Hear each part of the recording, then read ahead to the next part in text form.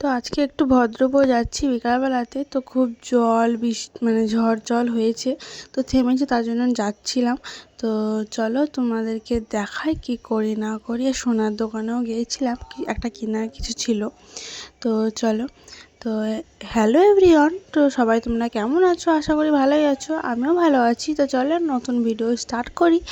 তো কি করছি কি নিচ্ছি সবটাই দেখাবো তোমাদেরকে এই ভিডিওতে, তো তোমরা দেখতে থাকো পুরো ভিডিওটা।